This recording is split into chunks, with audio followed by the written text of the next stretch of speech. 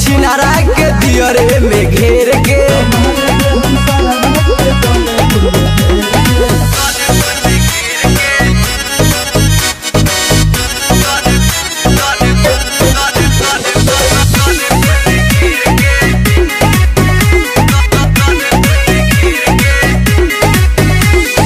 जदी जे सोनो के जाई सुन हमर माथा देहिया के ओकरा छोड़ाई दे हम बाथा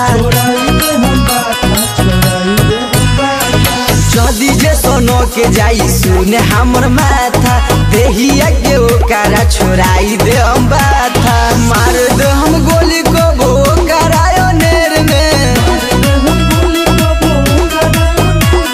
मारम बहिन छिनारा के गोले रोड में घेर के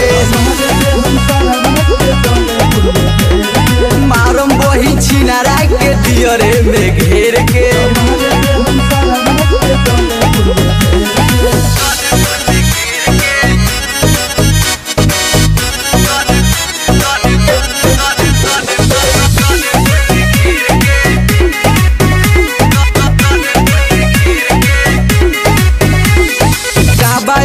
का तो कथा लगे जाई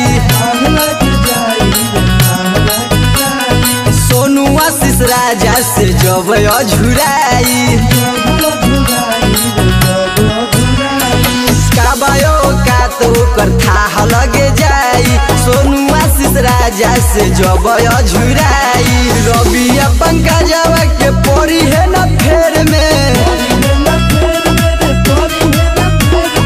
मरबो बहिन छिनारा के दोनेपुर में घेर के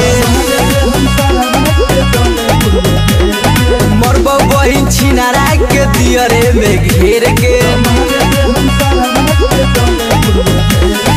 नाम मरानवा कर जा।